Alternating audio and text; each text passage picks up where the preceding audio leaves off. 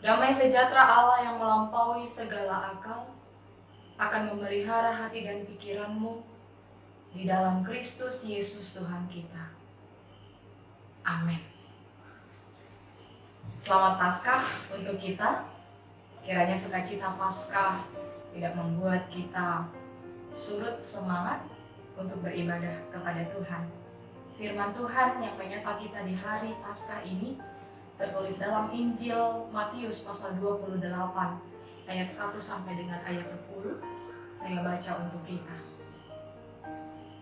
Setelah hari Sabat lewat, menjelang menyingsingnya fajar pada hari pertama minggu itu, pergilah Maria Magdalena dan Maria yang lain menengok kubur itu. Maka terjadilah gempa bumi yang hebat, sebab seorang malaikat Tuhan turun dari langit dan datang ke batu itu dan menggulingkannya, lalu duduk di atasnya. Wajahnya bagaikan kilat dan pakaiannya putih bagaikan salju. Dan penjaga-penjaga itu gentar ketakutan dan menjadi seperti orang-orang mati.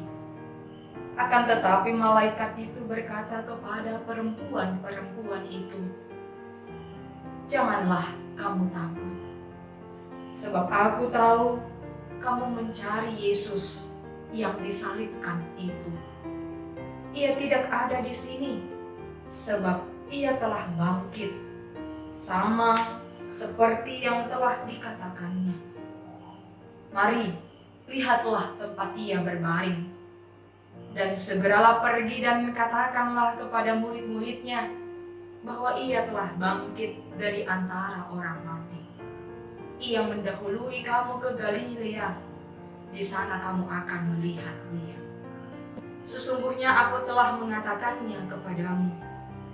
Mereka segera pergi dari kubur itu dengan takut dan dengan sukacita yang besar, dan berlari cepat-cepat untuk memberitahukannya kepada murid-murid Yesus. Tiba-tiba Yesus berjumpa dengan mereka dan berkata, "Salam bagimu." Mereka mendekatinya dan memeluk kakinya serta menyembahnya. Maka kata Yesus kepada mereka, "Jangan takut, pergi dan katakanlah kepada saudara-saudaraku supaya mereka pergi ke Galilea, dan di sanalah mereka akan melihat aku." Demikian firman Tuhan. Saudara-saudari yang terkasih dalam Kristus, tentu bila kita diperhadapkan dengan kematian orang yang kita kasihi, pasti kita merasakan duka yang amat mendalam. Hal ini bisa saja terjadi karena banyak kenangan selama menjalani kehidupan. Terlebih mungkin akan hal-hal baik yang pernah terjadi. Hal itu jugalah yang dialami oleh orang-orang yang mengasihi Yesus ketika Yesus mati di kayu salib. Para murid juga para perempuan yang menyaksikan perjalanan Yesus merasakan duka yang amat mendalam.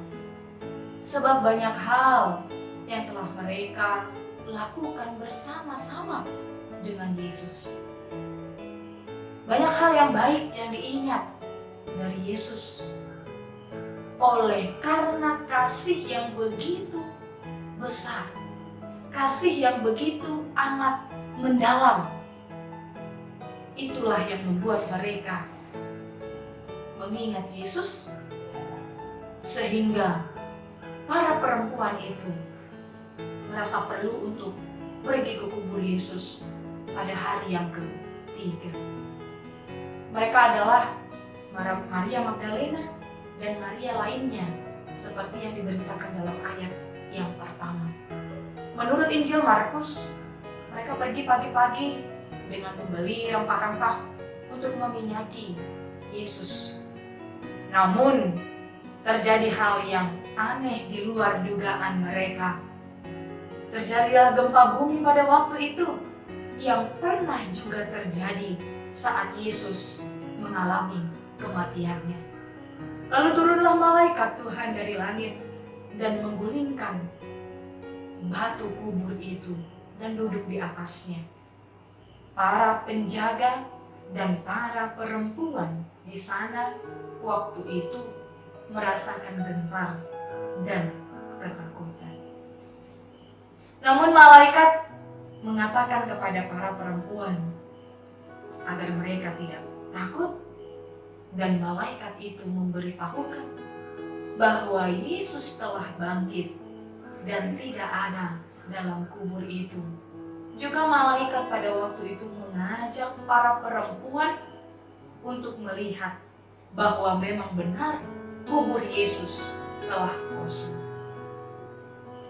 Lalu malaikat itu memerintahkan kepada para perempuan, memberitahukan kepada murid-murid Yesus bahwa Yesus telah bangkit. Lalu mereka pergi sambil berlari-lari dengan keadaan takut, namun mereka bersukacita. Namun dalam ayat 9 terlihat satu keadaan yang berbeda, yaitu mereka berjumpa dengan Yesus itu sendiri yang menyapa mereka di tengah jalan. Ketika Yesus menyapa mereka, mereka langsung mendekati Yesus, memeluk kaki Yesus, dan menyembah Dia. Lalu Yesus bertutur kepada mereka untuk tidak takut dan menyampaikan kepada para murid bahwa Yesus akan berjumpa dengan mereka di Galilea. Saudara-saudari terkasih, pada hari ini kita memperingati kebangkitan Yesus yang kita sembah itu, yang kita percayai itu. Lalu pada hari ini, apa yang hendak disampaikan nats ini kepada kita? Yang pertama adalah kebangkitan itu merupakan penggenapan janji Allah. Melalui peristiwa kematian juga kebangkitan Yesus, tergenapilah apa yang telah Allah sampaikan. Nyatalah kuasa Allah dalam kedua peristiwa besar itu. Yang kedua, kebangkitan juga menunjukkan bahwa benarlah Tuhan itu hidup dan berkuasa. Yang ketiga, kebangkitan itu merupakan sebuah kemenangan. Kemenangan atas kematian, kemenangan atas kuasa kegelapan, yang mana oleh karena kuasa kegelapan, oleh karena dosa, hubungan manusia dengan Allah sempat terputus. Maka dengan kebangkitan Yesus itu, terjadilah kemenangan yang mengubah relasi Allah dengan manusia. Yang keempat, kebangkitan juga merupakan kemenangan atas ketakutan dan kesedihan. Mari kita lihat ketika malaikat Tuhan mengatakan kepada para perempuan, jangan takut. Lalu Yesus juga mengatakan kepada para perempuan untuk tidak takut dengan apa yang mereka alami pada waktu itu. Walau memang pada ayat 8 mereka pergi dengan takut dan bersukacita. Ketakutan mereka pada waktu itu lebih mengarah kepada ketakjuban yang mereka alami pada kesempatan itu. Itu sebabnya, Bapak, Ibu, Saudara-saudari, melalui kebangkitan Yesus yang kita peringati pada hari ini, bagaimana kita mewujud nyatakannya di dalam kehidupan kita. Banyak ketakutan yang kita alami saat ini, entah itu berasal dari diri sendiri, dari keluarga, dari lingkungan, atau dari manapun itu. Terlebih dengan pergumulan kita saat ini, kita selalu berjaga-jaga, merawat kesehatan, sebab ada rasa takut di dalam diri kita masing-masing. Itu merupakan hal yang alami kita rasakan, sebab kita manusia biasa. Namun dengan sapaan Paskah pada hari ini, kita dimotivasi oleh firman Tuhan yang mengatakan, jangan takut, pergi dan katakanlah. Pergi dan mengatakan bahwa Tuhan yang hidup itu akan selalu berkarya dalam kehidupan kita. Pergi dan katakanlah, beritakanlah kabar baik tentang Dia. Pergi dan katakanlah bahwa Allah yang telah berkuasa itu telah bangkit, hidup dan akan selalu beserta dengan kita. Pergi dan berbuahlah selagi kita masih diberi kesempatan untuk hidup. Sebab kita harus yakin bahwa kuasa Allah akan terus terjadi di dalam kehidupan kita. Memang dalam kehidupan kita akan selalu diperhadapkan dengan pergumulan, problem kehidupan.